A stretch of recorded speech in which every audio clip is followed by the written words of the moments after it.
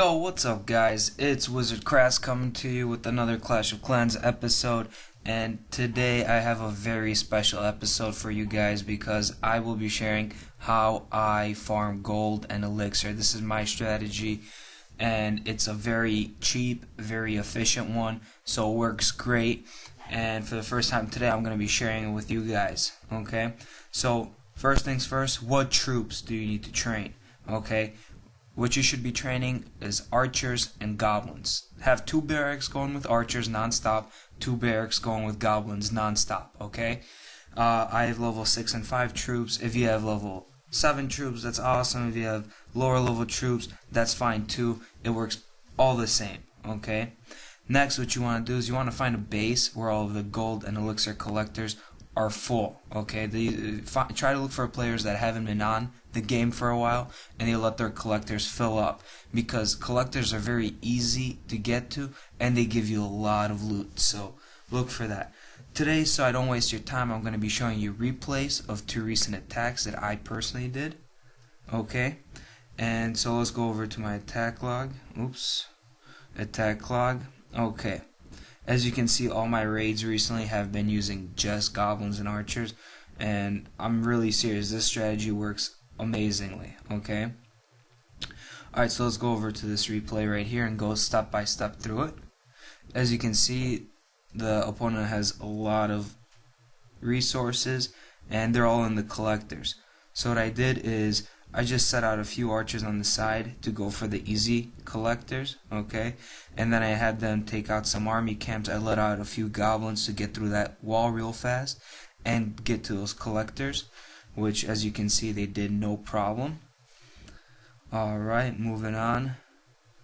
I noticed that the left side still has some easy collectors to get to, so what I did next is I spawned out about 15 on each side, and as you can see they were able to take them out no problem.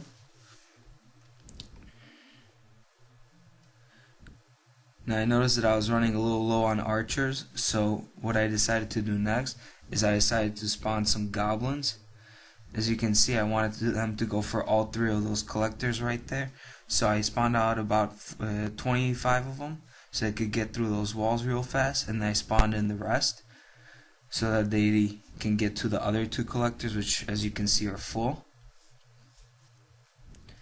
Now that I was out of goblins, I knew I had 38 more archers, and I took out those army camps once again, and that allowed me to get easy access to the collectors. Here, unfortunately, when I spawn up my archers, they don't go for the collectors, they went for the cannon, and if they did go for the collector, I would have had about 100,000 more gold from this run alone, but it's alright.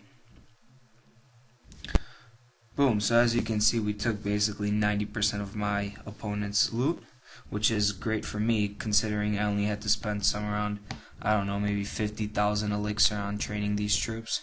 Probably not even that much. Alright, the second replay that I want to show you is one that I did earlier today.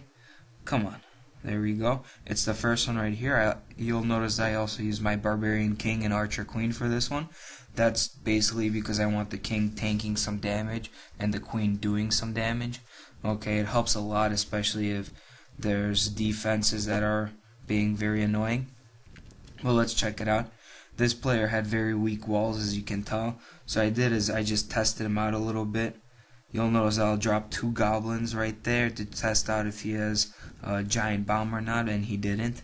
So what I ended up doing is I dropped about 20 goblins right there so they could start taking out those storages, and then I spawned in a lot of archers over here so that they keep pressuring him, as well as the barbarian queen and barbarian king and archer queen, so that they could start doing some serious damage. So as you can see, you just want to spawn in goblins and archers basically, and they'll go do their thing. I noticed that the right side's still untouched, so what I decided to do next is spawn in a lot of archers so that they could start taking out those collectors on the right hand side. And I just basically dropped all of my goblins since I noticed that the mortars were focusing on my barbarian king and they wouldn't be a danger to my goblins, followed by all of my archers.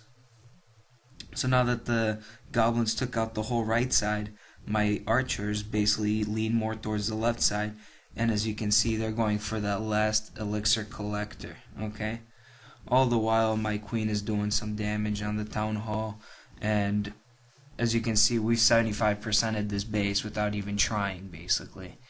Okay, so there it is, 2-star attack, and we took 100% of my enemy's loot. So this is the best strategy for when you want to farm gold and elixir. Okay, one thing I should mention, it's not for trophies. As you can see, I have 1,148 trophies, but that's the perfect amount for this strategy, because in the Silver League 2, I apologize, in the Silver League, you'll find the best bases for when it comes to having collectors filled up.